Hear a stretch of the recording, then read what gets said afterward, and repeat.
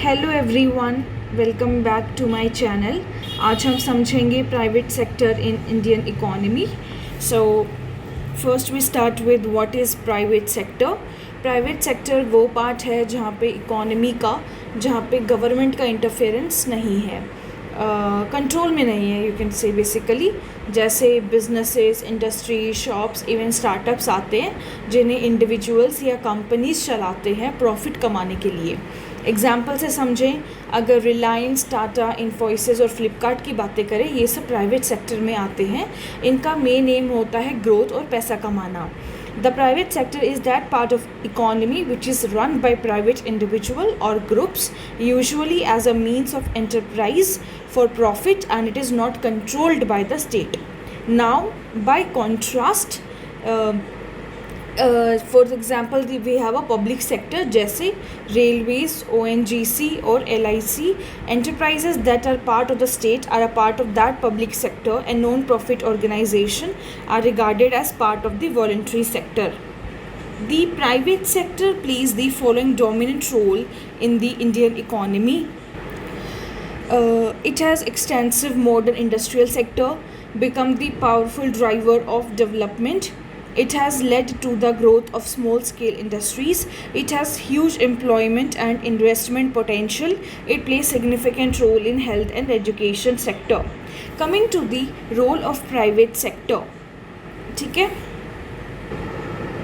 Modern industries का major हिस्सा private sector का ही है। डेवलपमेंट का एक बड़ा ड्राइवर बन चुका है। और आप जैसे अभी हम बात करते हैं जैसे स्मॉल स्केल इंडस्ट्रीज़ का, जैसे हैंडीक्राफ्ट, लोकल मैन्युफैक्चरिंग को बूस्ट दिया है, और हेल्थ एंड एजुकेशन जैसे सेंसिटिव सेक्टर्स में भी इसका रोल बड़ा होता जा रहा है। And coming to this, India के जीडीपी का 35% से ज़्यादा कंट्रीब्यूशन प्राइवेट कॉर्पोरेट सेक्टर का है।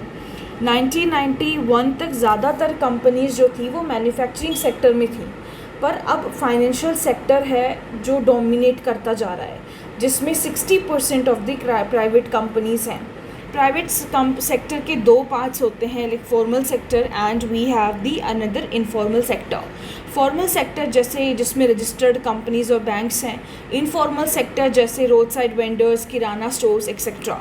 और सुन के हैरानी होगी कि इंडिया के 90% of the workers informal sector में काम करते हैं। Now problems of the private sector, लेकिन जितना बड़ा रोल प्राइवेट सेक्टर का है उतने ही मेजर प्रॉब्लम्स भी हैं इसमें। चलिए एक एक करके समझते हैं एग्जाम्पल्स के साथ। First we have is a profit motive over national interest. जो प्राइवेट फर्म्स हैं जो जनरली दे ऑपरेट करते हैं वो लोग प्रॉफिट के लिए, they prefer high return sectors like consumer goods, and in that scenario they neglect basic and capital goods industries, and it leads to the weakening of industrial foundation. जैसे वो सिर्फ वही सेक्टर चूज़ करते हैं जहाँ पैसा फास्ट आता है, जैसे कंज्यूमर गुड्स, बट इस वजह से जो बेसिक सेक्टर्स है जैसे कैपिटल गुड्स, मशीन्स, टूल्स, वो निगलेक्ट हो जाते हैं। एग्जाम्पल, अगर एक इन्वेस्टर को कार मैन्युफैक्चरिंग और मशीन टूल फैक्ट्री दोनों में इन्वेस्ट करना हो तो कार सेक्टर में करेगा क्योंकि प्रॉफिट ज़्यादा है। Okay, now focus on consumer durables. Now ये जो target production for elite urban consumers, they try to produce luxury items like electronics and cars, leads to skewed production pattern, neglecting mass needs and core sectors. जैसे ये company सिर्फ elite class के लिए products बनाती हैं, जैसे ACs हो गया, स्मार्ट टीवीज़, और जो ज़रूरतमंद लोग हैं लोगों के लिए अफोर्डेबल प्रोडक्ट्स नहीं बन पाते।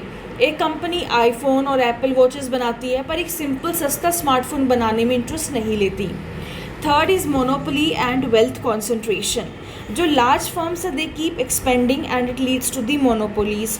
MRTP act try to curb it, post 1991 reforms reduced checks, wealth and power are concentrated in few hands. जैसे पैसा और पावर कुछ ही लोगों के पास में जम जाते हैं। Okay, infrastructural bottleneck, I hope you understand the meaning of monopoly, जहाँ पे बड़े इंडस्ट्रियल हाउसेस के पास ज़्यादा पावर होती है। जैसे हम लोग बोलते हैं अंबानी, अडानी का कॉन्टिन्यूसली एक्सपेंशन होता जा रहा है, Okay, and that's how it leads to concentration of wealth and power in few hands. Infrastructure bottlenecks, another one. So there is a problem in power supply, transport and connectivity. So जैसे power cuts, slow internet है, transport problems हैं, ये सब private sector को affect करते हैं.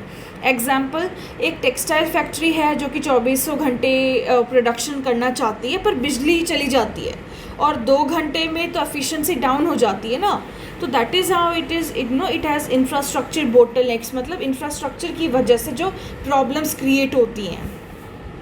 Then you have a declining net value added. So net value added is output generated over cost plus depreciation. ठीक है, कितना आउटपुट मिला कॉस्ट और डेप्रिसिएशन हटा के. बहुत सारी इंडस्ट्रीज़ का प्रोडक्टिविटी लेवल जो है वो डाउन होता जा रहा है, सेम इनपुट का से कम आउटपुट मिल रहा है उनको. एग्जाम्पल, अगर 100 रुपये का रॉ मटेरियल यूज़ करके पहले 300 का प्रोडक्ट बनता था, अब सिर्फ 200 का बन पा रहा है.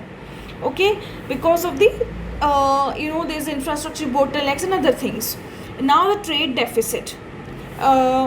Private firms import heavily for tech upgrades.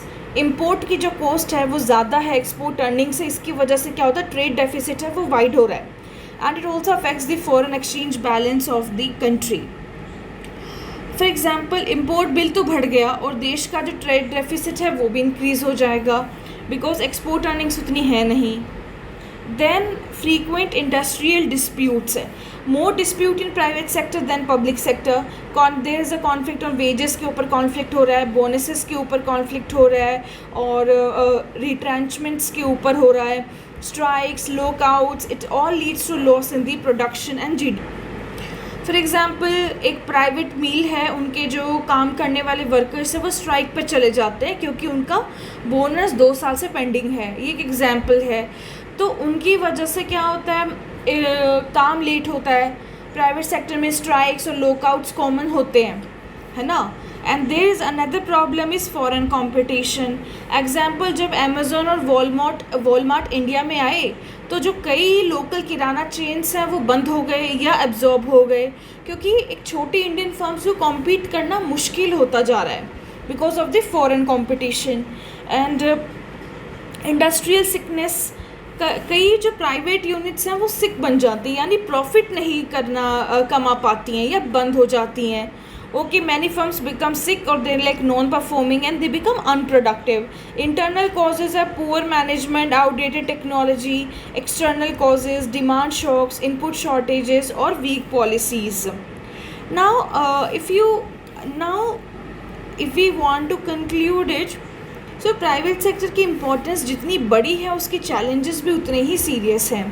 ठीक है, so we have to ensure there should be improvement in the infrastructure और फेयर कंपटीशन इंश्योर करना, MSMEs को सपोर्ट देना. तो प्राइवेट सेक्टर इंडिया की इकोनॉमी ग्रोथ को एक नए लेवल पर लेके जा सकता है. So thank you so much. Please like, share and subscribe to my YouTube channel. Thank you. Bye.